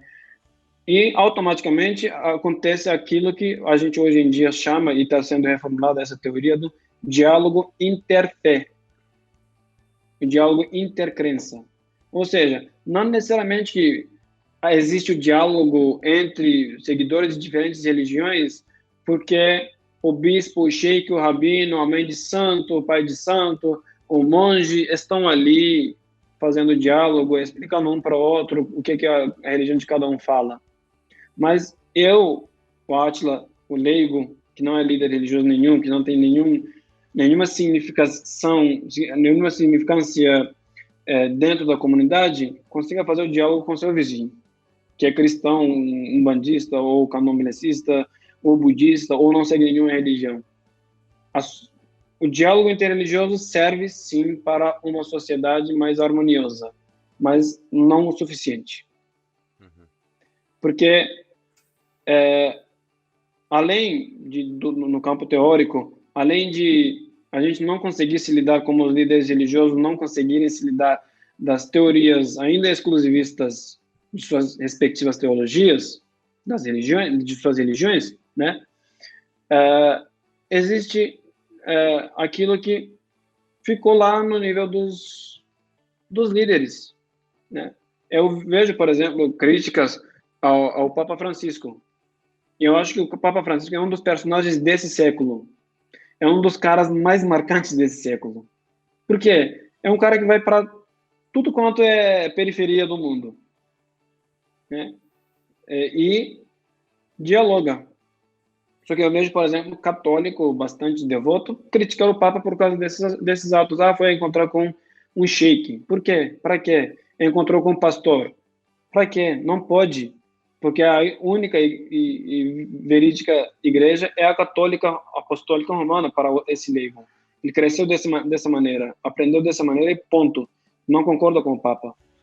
Portanto, nesse sentido, não está em comunhão com o Papa. Pega esse exemplo e coloca em paralelo para todas as religiões. Eu sou criticado pela minha própria família muitas vezes porque posto foto ao lado do cardeal, ao lado de um padre, ao lado de um rabino, ao lado de uma mãe de santo, né? E sou criticado. Você está fazendo contato com infiéis, entre aspas, eu digo. Por quê? Porque não importa o quanto a liderança religiosa seja intelectual, bastante devoto da paz, da harmonia e tal. É importante que a base também se desenvolva bem. Então, volto de novo e com isso eu vou finalizar a resposta. O diálogo interreligioso é um bom caminho, sim, para uma sociedade harmônica, só que não é o suficiente. Precisa do diálogo interfé, ou intercrença. E o interessante dessa sua fala, né, principalmente em relação a essa crítica que determinados leigos podem fazer do Papa, que calha com aquela discussão que a gente teve agora há pouco em relação ao fundamentalismo e extremismo, porque são atitudes, tipo, extremistas e que na cabeça deles é fundamentalistas e não tem uma coisa muito ligada, né? Exatamente. Até eu vi, por exemplo, eu vi gente tentando ensinar a religião, né, o catolicismo, para o Papa. Tudo bem que o Papa não pode não estar conhecendo o catolicismo por todo. No final das contas, é um ser humano. Mas eu acho que conheceria melhor do que aquele leigo.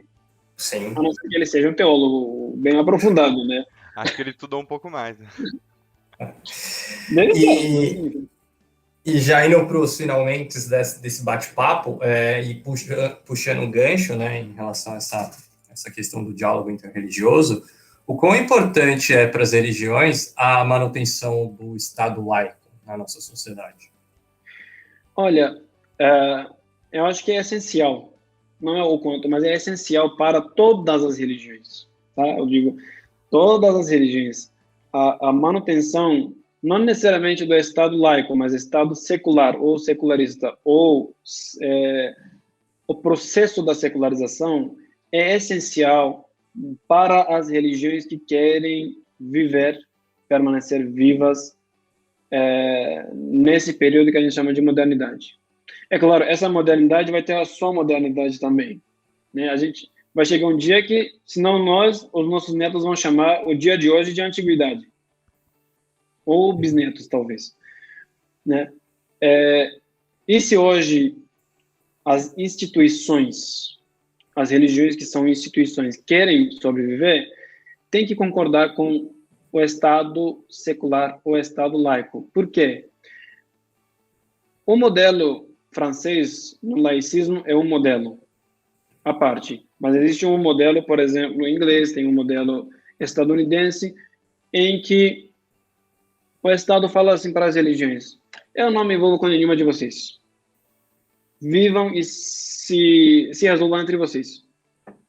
Não estou nem aí se vocês vão brigar, vocês vão ter conflitos verbais entre vocês. Não criem anarquia dentro do Estado, é o suficiente para mim. Né? E, inclusive, para as religiões com tendência universalista, que nem o cristianismo e o islã, aquilo que o Estado laico traz da liberdade de crença, e dentro desse conceito de liberdade de crença eu digo a escolha, né, o direito de poder escolher a religião que você quer seguir, o direito de você poder escolher a religião que você quer seguir, que você quer praticar, que você quer manifestar, o direito de poder manifestar a sua religião para os outros, de poder ensiná-la, está no secularismo ou na secularização, né? Tudo bem, os muçulmanos vão dizer, mas na nossa história, e está no Alcorão, que a gente não pode obrigar ninguém a se converter ao Islã. Não existe uma pessoa ser esforçada a se converter ao Islã. Isso, claro, sem dúvida, está no Alcorão. Não existe compulsão na religião para se converter à religião. Tudo bem. Na antiguidade, os cristãos viviam pacificamente nos territórios majoritariamente islâmicos. Tá, hoje vivem? Será? O exemplo da Turquia, para mim, é um exemplo doloroso. Sim. Digo eu. Nos outros países eu não posso dizer, porque eu só vivi no Egito por 25 dias, fiquei lá para um curso rápido de árabe e voltei para o Brasil correndo, né? Porque tinha outros compromissos profissionais. Mas sempre tiveram essa vivência pacífica, será? Em nenhum momento lhes foi negado o direito de praticar a sua religião, ou pelo menos seguir as legislações de suas religiões, né? E aí a gente vai ter que ter uma ideia, uma visão bastante histórica, bastante empírica, para poder dizer sim ou não, ou se foi mais ou menos. Tudo bem, no ideal do Islã existe que o ser humano pode praticar o que quiser, embora o Islã tenha seja considerada a religião verídica e todo mundo tem que seguir essa religião. Mas, se não quer optar, Deus que deu esse direito de optar ou não, de livre escolha a ele, a pessoa pode optar pelo que quiser, assim como a gente falou, não quer usar o véu? Tá bom, meu bem. É um problema seu. Quer ficar bebendo bebida alcoólica? Você sabe que é pecado, problema seu. A mesma coisa, você não quer seguir essa religião? Não. Mas existe o dia do juízo final, nós acreditamos que é a religião verdadeira. Tá bom, mesmo assim eu não quero seguir. Tá bom. Então, eu digo, para que haja a pluralidade religiosa e que as religiões com tendência de proselitismo possam agir, o Estado laico é uma coisa, pelo menos no período em que nos vivemos, é imprescindível. Desde que garanta, claro, a liberdade de crença. Porque eu venho de um país que é um país laico, mas que na antiguidade, nos anos primordiais, até, na verdade, o início desse milênio, num território majoritariamente muçulmano, você não podia professar a sua fé tão claramente, sendo muçulmano. Digo eu, sendo muçulmano. Imagina para os não muçulmanos. Né? Existe, por exemplo, a teoria de Homo lastus. É uma teoria que um professor de ciência política lá na Turquia inventou. Ele diz, o ideal cidadão da atual República da Turquia é laico, kemalista, quer dizer, segue os princípios do Mustafa Kemal Atatürk, o fundador da atual República, né? Sunita, muçulmano sunita e não praticante, turco. Né? Você tendo isso, né, principalmente muçulmano sunita e não praticante. Né? Então, se você tem isso, é o suficiente, você é o ideal. Se você pratica, se você expressa isso... A Turquia teve um período de 18 anos em que, por exemplo, era proibido você expressar uma palavra árabe com conotação religiosa. O Alcorão, para que seja um preceito, para que seja considerado como preceito, você tem que ler em árabe, porque é a língua original, a tradução não presta como preceito. Era proibido ler o Alcorão em árabe, ensinar o Alcorão em árabe, por exemplo. Você não podia rezar em árabe. E uma das bases da prática do Islã é cumprir os preceitos, as orações diárias e tudo mais em árabe. Porque a tradução vai depender do vocabulário do tradutor. Né? Não vai... Depende do Estado que é laico também. Né? Não necessariamente sou o Estado laico. Perfeitamente.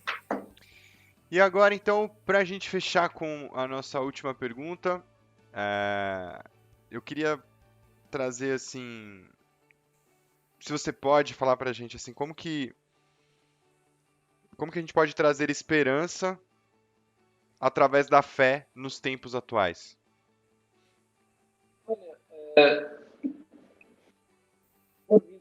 Da educação, talvez ele seja muito influente na minha concepção da vida. Paulo Freire é o cara que mais combina o meu caminho, na minha visão nesse sentido. Não adianta ter a fé, né? Que essa fé seja apoiada pela educação. Quanto mais o ser humano é educado, melhor ele é, independentemente de ter fé ou não. Né? E do ponto de vista religioso do Islã, se a pessoa tem a fé e tem a educação, aí que é um ser humano ideal. Para ter esperança, através da fé, é a educação. Mas a educação que liberte, não que torne o opressor. Uhum. Viva Paulo Freire, viu? Muito bom. Átila, professor Átila, não sabemos como a gente pode te agradecer em relação a esse bate-papo. Assim, de verdade, saímos daqui, se não sabendo muito sobre o islamismo, sabendo muito mais do que a gente já sabia, né? Se não sabendo tudo, pelo menos sabendo muitas coisas importantes. Eu confesso que, de verdade, tem situações aí que eu nem imaginava. Eu tô assim, e assim, tudo que vem de conhecimento, eu fico feliz quando eu descubro, assim, eu fico entusiasmado, e com toda certeza essa conversa me serviu, além de estar mais feliz, né, tipo, com mais conhecimento, mais entusiasmado em relação não só a esse projeto, mas em relação a esse conhecimento todo que você passou aqui para a gente. Da minha parte, eu agradeço demais, e Andrei, se quiser...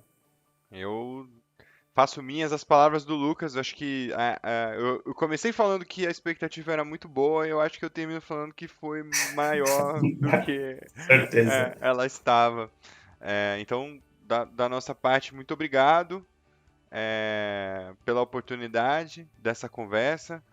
E, enfim, vai ficar bonito demais isso aqui. Agradecer. E aí, todo mundo que vai ouvir, que está ouvindo agora, por exemplo. Obrigado por ouvir até aqui. E, Átila, se quiser deixar aí o seu último comentário pra gente, pra quem tá ouvindo. Em primeiro lugar, eu quero renovar o meu agradecimento, a minha gratidão aqui a vocês pela oportunidade. E, como eu falei, um dos meus objetivos aqui é levar o conhecimento mais objetivo possível sobre o Islã, tanto como um muçulmano é o meu dever, quanto como um cientista da religião que estuda o Islã, né, também é o meu dever. Então, eu agradeço aqui pela oportunidade que vocês me ofereceram para levar esse conhecimento o mais objetivo possível. Tentei não ser apologético, tá? Então, eu agradeço.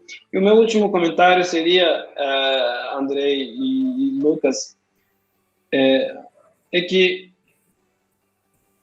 não importa qual seja a nossa religião, da época em que nós vivemos, o importante é que nós sejamos humanos. O nosso nome, a nossa espécie pode ser humana, mas talvez não sejamos.